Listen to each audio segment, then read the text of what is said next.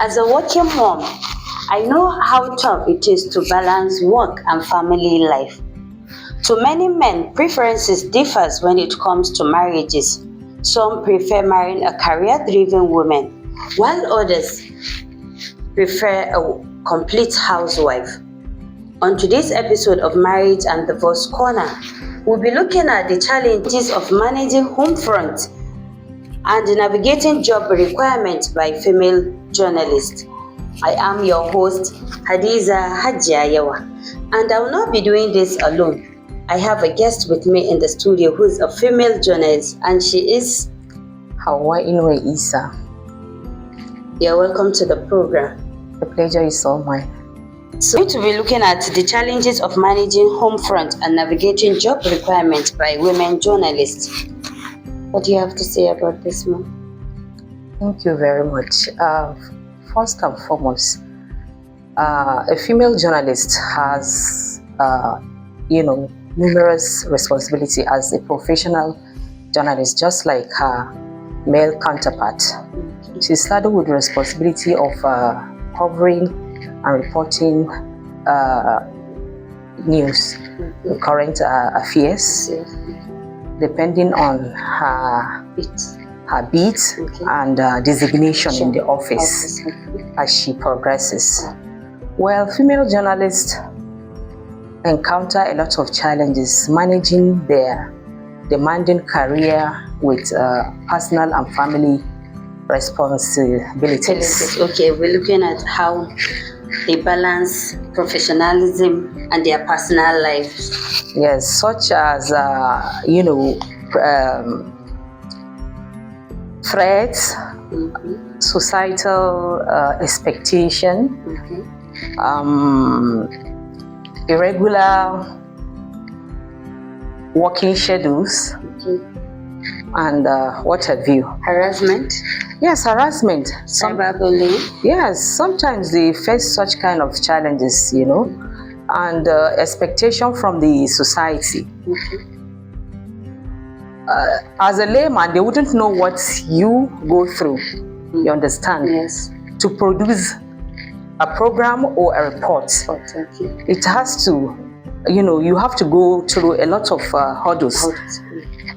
And one thing with the society is, once you make a mistake, people criticize you, but they don't give accolade to the good work you do. So some of the things, and at times, as a female journalist, you go through emotional trauma. Yes.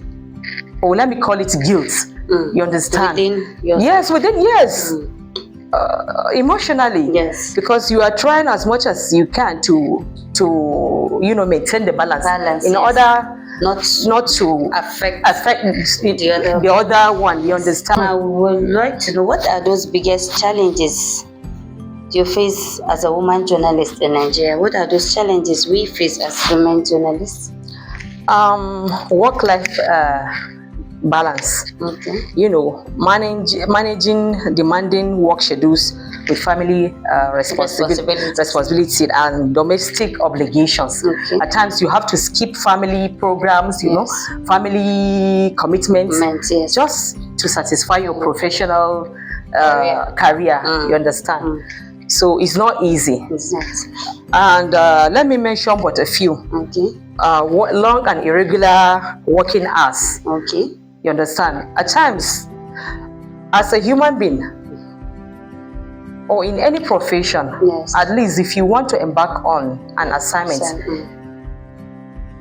you are supposed to have a prior knowledge of that assignment. But in the newsroom, work can come up anytime, maybe it's few hours to the deadline, and you are expected to meet up. You understand? Unknown to your organization or your employers, maybe you have some family issues or health issues. So all they want is results. Some of these things can be very demanding. So you have to consider your mental health as you are trying to strike the balance. You should also put into cognizance your health. Because health is wealth. It matters a lot. Then societal expectation too is one of the challenges.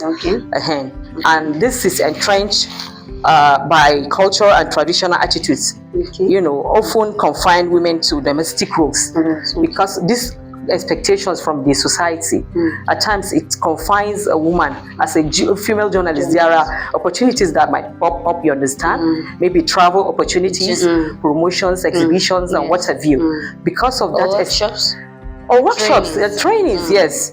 But because of that societal expectation, let me start from your family, because you don't want to be found wanting as a mother or a caregiver or as a wife, so you turn down such offers.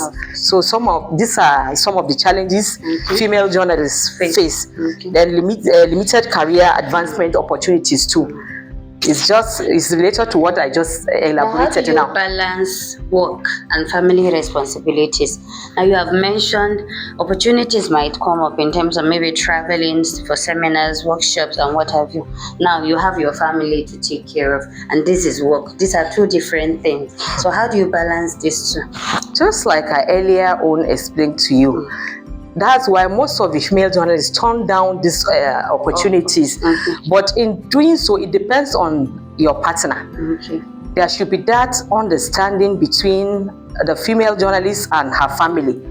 But it's usually very demanding for younger ones, like maybe a breastfeeding mother, you understand, or a female journalist that has younger children. So it's not a pregnant woman or a lactating woman. So it's a very challenging, it's a very difficult task. But if you have a very understanding spouse, your partner or your family, in my case, my husband usually assists me, in compiling my reports and anything that has to do with my work. At times, when I close from work late, he partake in, helping me with my assignments. I would say so it depends of this mutual understanding between. Just like the definition of marriage is a mutual contract between two consenting adults to cohabitate for life and live together in peace and harmony. So once there's that understanding between you and your trust, so I think the sky is just the beginning, and you deliver. In your place of work. So most of these challenges will be very minimal. If you have a very understanding and patient family, even the children too. At times, the expectation. Once the expectation is much, you'll be disturbed. You'll be emotionally disturbed. Asking yourself, and that guilt, self-guilt. How do I go about this? How do I go about that? But if your family are very understanding and cooperating, you won't face much difficulty, even though there are challenges. You are bound to face challenges, but it will be very minimal, and it's something that is manageable. Yes. Now, how do we balance, how do we handle harassment at work or threats? As a female journalist, how do you handle that? Well, you mean within your working environment or the outside world? It can be both, maybe within or outside. As a female journalist, maybe you are assigned a bit. You go out to cover an event. You are likely to face so many kind of challenges. You are likely to meet different kind of people. Even cyberbullying too. Well, there are some that are within within your control, and some you can't just control it. Well, in your workplace, it depends on how you present yourself. Your mode of dressing matters. You have to be modest. Whether single, the way you dress, that's how you be dressed. So you have to be modest in your outfit, your dressing. And once you go out for an assignment, you compose yourself, and the dressing aspect too comes up there too. But there are instances that you can't control some of this harassment and bullying. You understand? So you just have to contain with it. You understand? Yeah, you have to contain. That's the job you have taken, and and that's where men who prefers, and that's why the male counterparts are at upper hand than the female journalists. In most cases, there are travel opportunities, assignments, and what have you. That has to do with traveling. Woman, yes. So you like to skip all such opportunities that you are not even sure whether it will come another time very soon. Thank you. So most times it's the male journalists that at upper hand in terms of such advantages, such benefits. So how can we create a supportive environment for female journalists? Yes, to address these challenges, the media organization and policy makers, can implement policies, promoting work-life balance, to provide support system and foster inclusive work environments for both the male and the female journalists, because they are all, partners. They all work for the same goal. Okay. Now, looking at family aspects, when the need arises for a female journalist to go out. Now, we understand that if there is this mutual agreement and understanding between you and your spouse and your family also, it's just going to be very easy, and you don't have to start worrying about. I have already explained that aspect. It depends on the husband. That's the overall boss of the family. Once there's that mutual understanding between the female journalist and her husband, the other family members, is something that is very simple. Once there is that mutual understanding between she and the husband, she can take up any assignment, no matter how tedious it is. He will even be the one to encourage her and support her in all aspects of her work. Yes, that's how I see it. Like I told you earlier, me, I don't face such problems with my partner, because yes, he's one of us. Even though he's not a media practitioner, but we do things together. So there is that understanding. I don't have problem in that aspect. I personally don't have problem in that aspect. Now, do you have any advice you want to advise some men who prefers getting married to a housewife, and they don't like encouraging their women to work out? Well, to me, it's a bad idea in this world, in this present world that we live in. Marrying someone that is not, engaged either professionally or how do I put it? A complete housewife, you said. Well, to me, it's a burden. It's a burden. So I will encourage them to marry educated and working class ladies, because in one way or the other, they also will support to the growth of the family, to the progress of the family. And one thing again, I would also like to advise the female too, to try as much as they can, looking at the traditional and religious aspect of the marriage. It's not the social aspect that should only be considered. They should consider the Islamic and the traditional aspect of the marriage. Try as much as you can to be submissive, respect your husband. Try as much as you can to create time for your husband, your family. Don't do anything that will create a lacuna between you and your husband.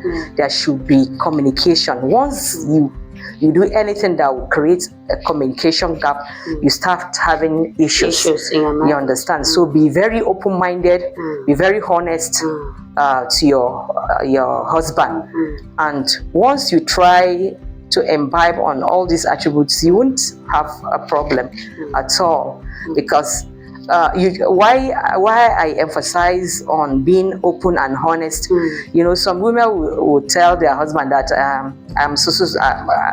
maybe so time I'll be going to a particular place. Maybe she took an excuse of going to just one place, and she may end up going to many places, different places. So that will create you understand, and there will be that breach of trust. trust. So try and be very open and don't be secretive. I know as humans we are all entitled to one secret or the other, but don't make it a habit. Try and be open to your family. Yeah, the family at large. Like me, I don't even believe in locking my phone. Honest, my phone is open 24/7. At times I even leave it in the. I deliberately leave my phone in the living room while I'm in the bedroom or attending to my house chores, because I know I don't have any skeleton in my cupboard. I'm not claiming righteousness, but at least these are good attributes that is expected of a pious woman. So try and be submissive, respect your husband, create that enabling environment between you and your partner. And the husband too should try as much, because men are very egotistical in nature. This is one of the issues most women encounter with their partners. So, and as the saying goes, man's greatest desire is to be appreciated. So some men find it difficult to appreciate their partners openly. You understand, because of that ego. So what's there? So you should make your union to be a companionship than dictatorship. You understand? Let it be a companionship. So try respect, love and respect her, cherish her, and she should also do the same thing, so that there will be that balance. Yes, life itself is all about reciprocity. So I think that's the much I can say from my little experience. Yes. So thank you very much, my viewers. You've heard it all. And this is where we draw the curtain for this episode on the program Marriage and Divorce Corner. Meet us same time, same station, where we bring in experts, clerics, scholars, and people who are willing to share in their experience. Thank you for your viewing pleasure.